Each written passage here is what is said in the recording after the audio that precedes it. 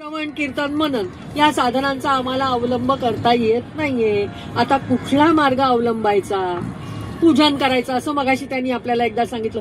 पुन्हा पुन्हा तेच प्रश्न, तशाच प्रकारची उत्तरं, त्याची डेप्थ वेगळी किंवा दुसरा दृष्टिकोन घेऊन ते पुन्हा पुन्हा त्याची उत्तरं सांगतात. तर ते आता म्हणतायत की या साधनांचा अवलंब करता येत नसेल तर अधिकारी गुरु किंवा आचार्य यांच्या मार्गदर्शनाने मार्ग आक्रमावा. गुरुमुखातून शिवतत्वविषयक निरूपण ऐकावं, शिवजींचं दर्शन घ्यावं, शिवलिंगाची नित्य पूजा करावी, त्याला प्रदक्षिणा घालावी, साष्टांग नमस्कार घालावा, शिवनामाचा जप करावा, सन्मार्गाने मिळवलेल्या धनाचा सदुपयोग करावा, शिवप्रीत्यर्थ सत्कर्म करावीत आणि भवबंधनातून मुक्त व्हावं. आपण धर्म अर्थ काम मोक्ष हे चारी पुरुषार्थ बघितले त्यावेळेला सद्धर्मानीच धन उपलब्ध करून घ्यायचंय आणि मिळवलेल्या धनाचा वेच असेल सुद्धा अतिशय चांगल्या पद्धतीने करायचंय. उदासीनपणे वेच करा असं संत तुकाराम सुद्धा आपल्याला सांगतात आणि त्यामुळे आपल्याला कुठल्या मार्गाने जायचंय हे इथे कळतं. पण आता त्यांनी म्हटलंय की पूजा करा. मग आता पुन्हा ऋषींना प्रश्न पडलाय, ते सुतांना विचारतायत. तुम्ही म्हणताय की पूजा करा, सर्व देवतांची मूर्ती स्वरूपात पूजा केली जाते, पण भगवान शंकरांची मात्र मूर्ती आणि लिंग अशा दोन्ही स्वरूपात पूजा केली जाते, असं का बरं? ह्यांचीच अशी दोन वेगवेगळी रूपं का आहेत की मूर्तीची पण पूजा करावी किंवा लिंगाची पण पूजा करावी? तर त्यावेळेला सूत म्हणतायत भगवान शंकर हेच एकमात्र परमात्मा आहेत. त्यांना ब्रह्म किंवा परब्रह्म असं संबोधलं जातं. ते निर्गुणही आहेत, निराकार आहेत, तसेच ते सगुण आणि साकार सुद्धा आहेत.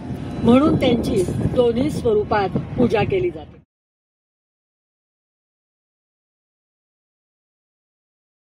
शिवाशिवाय अन्य देवतांचा ब्रह्म म्हणून कुठेही निर्देश केलेला नाही.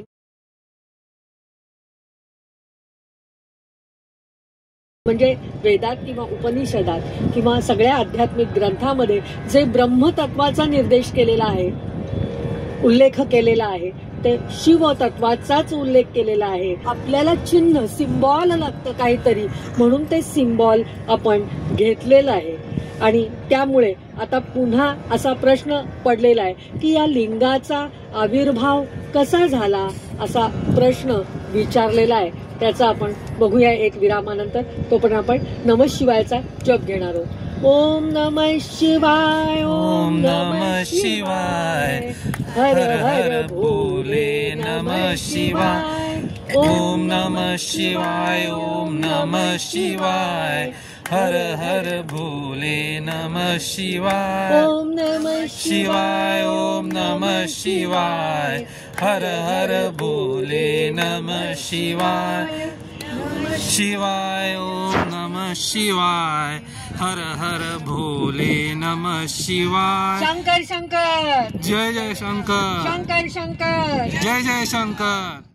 संहिता म्हणजे पूर्णपणे संस्कृत मधल्या वाचन करायचं आहे आणि पूर्णपणे संस्कृत वाचन करायचं असेल तर त्याच्यासाठी वेळही खूप पाहिजे आणि ते सगळं समजण्याची, आकलन होण्याची क्षमताही आपल्याकडे पाहिजे. पण आपला आजकालचा काळ बघता आपल्याकडे तेवढा वेळही नसतो आणि सगळं संस्कृत मध्ये आपल्याला आकलन होत नाही, कारण आपली मातृभाषा आपल्याला जास्त प्रिय आहे. मराठी भाषेत आपल्याला ते जास्त लवकर आकलन होतं, त्यामुळे आपण मराठी भाषेचा जास्त आधार घेतो. पण तरी सुद्धा काहीतरी श्लोक आपण त्यातले उद्धृत करावेत, ज्यायोगे त्या तरंग लहरी इथल्या वातावरणात पसरतात आणि आपल्याला त्याचाही फायदा मिळतो. म्हणून आपण थोडेसे श्लोक घेणार आहोत. विश्वोद्भव स्थिती लयादिषु हेतुमेकं गौरीपतिं विदित तत्त्वमनंत कीर्तिं मायाश्रयौ विगतमाय चिन्त्य रूपं बोधस्वरूपममलौ हि शिवं नमामि. वन्दे शिवन्तं प्रकृतेरनादिं प्रशान्तमेकं पुरुषोत्तमौ हि स्वमायया कृष्णमिदौ हि सृष्ट्वा नभो वदन्तर्वैरास्तितो यः वन्दे तरस्थं निजगूढरूपौ शिवस्त्वतः स्रष्टुमिदं विचष्टे जगन्ति नित्यं परितो भ्रमन्ति यत्सन्निधौ चुम्बकलोहवत्तम्।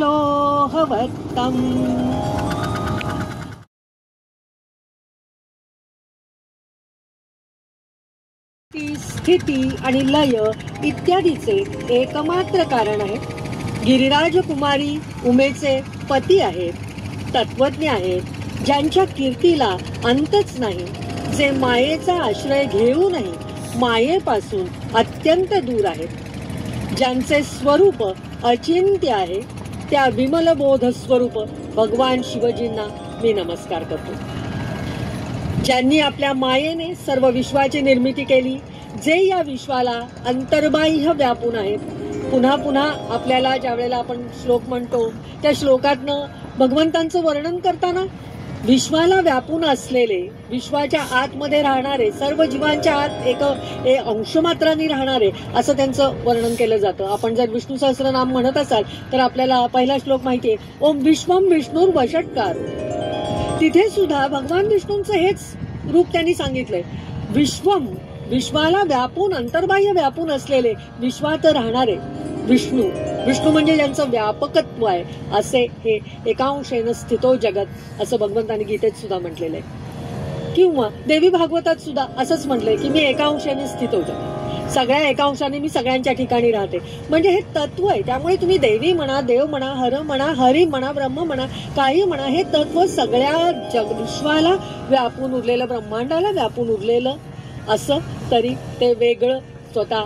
कारण द्वैत आणि अद्वैत या दोन कल्पना आपण पाहतो।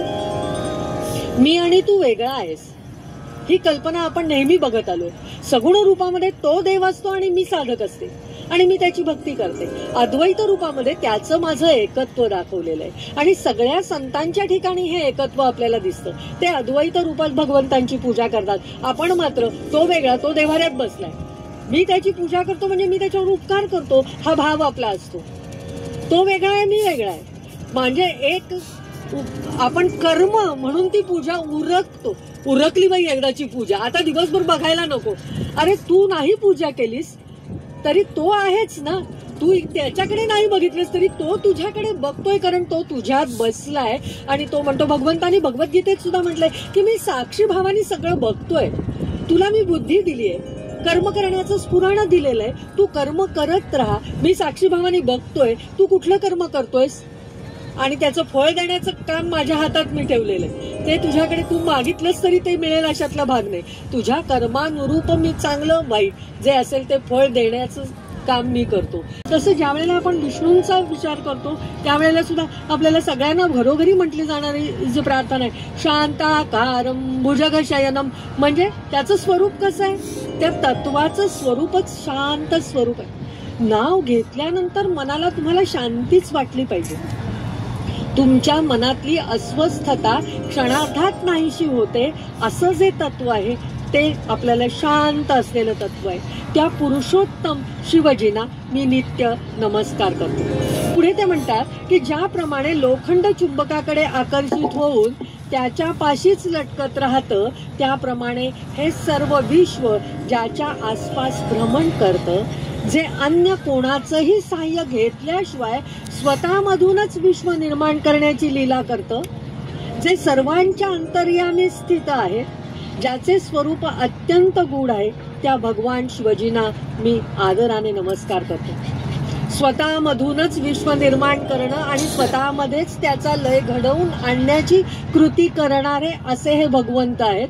बरं, कुणालाही ते सांगायला जात नाहीत की मी निर्माण करतोय तुम्हाला, किंवा निर्माण केल्यानंतर मी आता तुमचा लय करतोय। आपण कितीही म्हटलं की आता मला जगायचं नाहीये, मृत्यू येऊ दे, तरी तो मृत्यू येत नाही।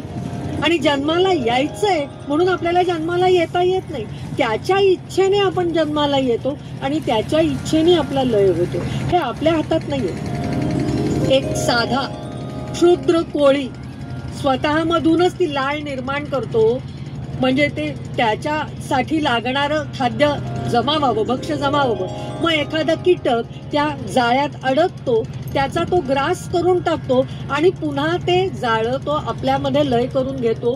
ही शक्ती त्या क्षुद्र जीवामध्ये आहे जी भगवंतामध्ये आहे। पण आपल्यासारखा मानव मात्र आपल्याला ह्याची जाणीव नाहीये की आपणच आपला निर्माता आहोत आणि आपल्यालाच आपला लय करायचा आहे. म्हणजे तो निर्माता आपल्या आतमध्ये बसलेला आहे आणि तो निर्माता त्यांनी आपली निर्मिती देहरूपात केली आहे आणि तोच आपला लय करता आहे हे आपण विसरून जातो. आणि हा विसर पडल्यामुळे भगवंतांपासून आपण लांब जातो.